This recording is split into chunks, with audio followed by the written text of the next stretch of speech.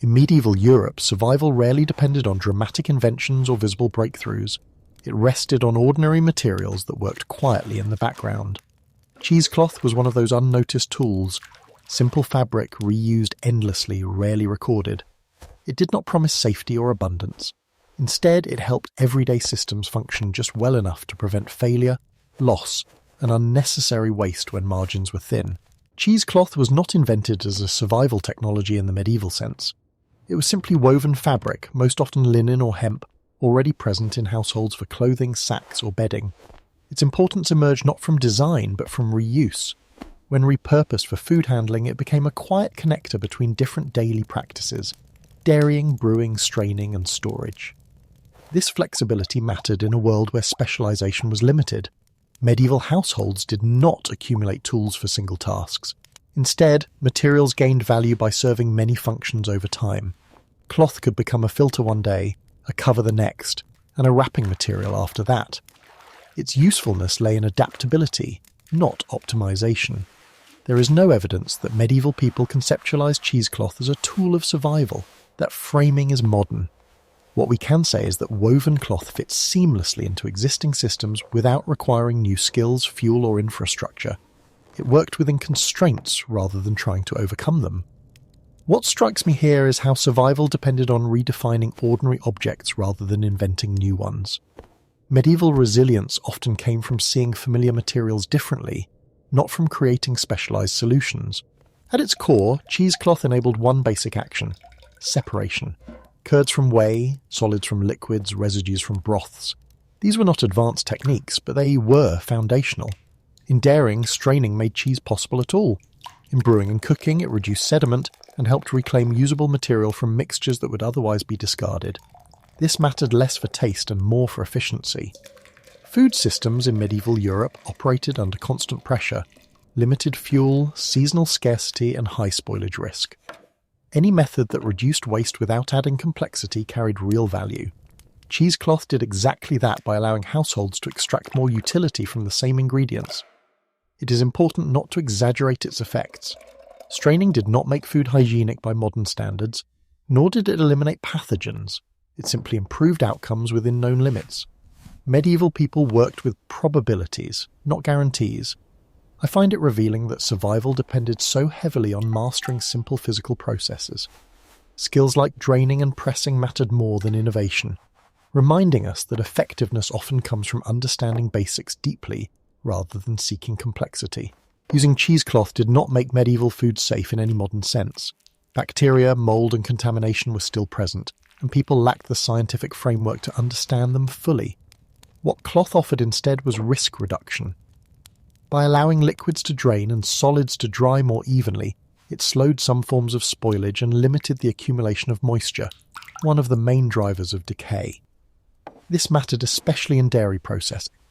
Fresh milk spoiled quickly, but once strained and pressed, curds became more stable than raw liquid. The cloth did not prevent failure, but it narrowed the window in which failure occurred. That difference was often enough to extend usability by hours or days, which could be decisive in fuel-limited or labour-strained households. It is important to avoid overstating intention. Medieval people were not pursuing food safety as an abstract goal. They responded to observed outcomes. Practices that reduced loss persisted. Those that did not were abandoned. Cheesecloth survived because it reliably shifted odds in a favourable direction.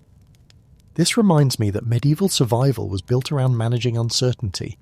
People did not expect certainty, only better chances. That mindset feels more realistic than many modern narratives of control. Fuel scarcity shaped medieval food practices as much as ingredients did. Firewood required labour to collect and space to store. In many regions, prolonged boiling was costly. Cheesecloth allowed certain processes, draining milk, straining broths, separating solids, to happen without additional heat. That reduced reliance on fire at critical moments. By removing excess liquid early, households could shorten cooking times or avoid reheating altogether. This was not a technological breakthrough, but an energy-saving adjustment. Over weeks and seasons, such adjustments accumulated into meaningful differences in fuel use. We should be careful not to assume uniform practice. Not every household had equal access to cloth, and not every region faced the same fuel pressures. Still, the broader pattern is clear. Tools that reduced energy demand fit well into constrained systems. What stands out to me is how often everyday survival decisions were shaped by energy limits rather than culinary preference. Efficiency, not flavour, often determined which practices endured. There is no evidence that cheesecloth required centralised or specialised production in medieval Europe. The materials involved, linen and hemp, were already part of household textile economies. Weaving, cutting and mending cloth were routine skills, often performed within the home or local community. This mattered during periods of disruption, when trade slowed or markets failed. A tool that could be repaired locally had a longer life than one dependent on outside supply. Cheesecloth did not need precise dimensions or uniform quality to function. Even worn or patched fabric could still strain liquids effectively. This tolerance for imperfection made it resilient under stress. It is important not to romanticize self-sufficiency. Not all households were equally equipped, and textile labor carried its own costs. Still, compared to tools requiring metal, fuel or specialist knowledge, cloth occupied a low-risk position. It could be replaced incrementally rather than all at once. To me, this highlights a key survival principle. Tools that accept imperfection and allow local repair tend to endure longer than those that demand precision or constant replacement. Medieval written sources rarely mention cheesecloth directly. When they do reference cloth, it is usually in passing without explanation. This absence should not be read as evidence of insignificance. Instead, it reflects how embedded such materials were in daily life. Chroniclers and administrators recorded what was exceptional, regulated, or taxed. Everyday practices that required no oversight rarely entered the written record. Cheesecloth belonged to that category. It operated below the threshold of attention. This creates a challenge for modern interpretation. We must infer use from context, descriptions of dairying, brewing, or cooking, rather than explicit mention. That introduces uncertainty, and regional variation was likely substantial. I think this silence is meaningful.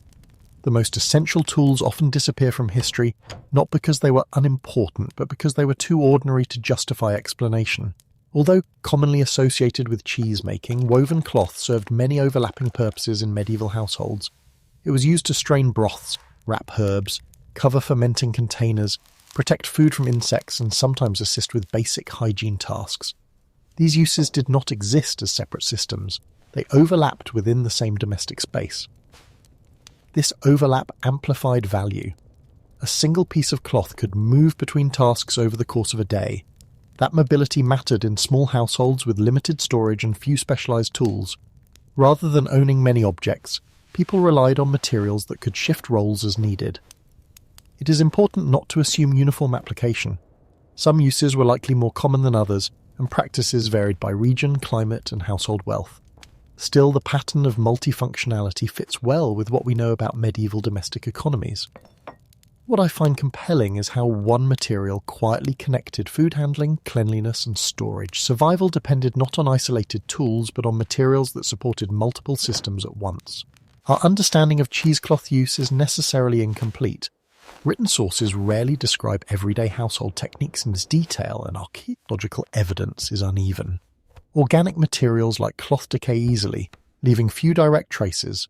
As a result, much of what we infer comes from indirect references and broader patterns. Practices likely differed significantly between regions. Dairy-focused areas may have relied on cloth more heavily, while others adapted alternative methods. Household size, access to textiles, and local customs all shaped how and whether cloth was used. This uncertainty matters. It cautions us against treating common practices as universal rules. Medieval Europe was not a single system, and domestic strategies were shaped by local constraints rather than shared doctrine. I think acknowledging these gaps strengthens the story. It reminds us that history is built from patterns and probabilities, not complete knowledge, and that restraint in interpretation is part of honest reconstruction. Cheesecloth did not rescue people from famine, disease, or extreme hardship. It did not increase food supply, improve nutrition, or eliminate risk. Its role was quieter. It helped everyday processes function with fewer failures. By enabling draining, wrapping, and covering, it reduced small losses that could otherwise accumulate over time. In fragile systems, these marginal improvements mattered. When food stores were limited and labour was stretched, preventing repeated small breakdowns helped households maintain routine. Cheesecloth supported continuity rather than recovery. It did not create surplus.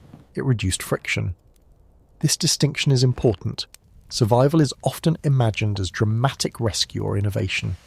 Yet historical resilience more often depended on maintaining ordinary processes under pressure. Cheesecloth fit that pattern precisely.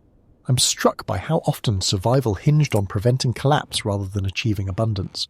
Tools like this mattered not because they transformed life, but because they kept it from unravelling. Cheesecloth was never a symbol of progress or ingenuity. It left no monuments and inspired no records. Yet it quietly enabled food handling, reduced waste, and stabilised daily routines.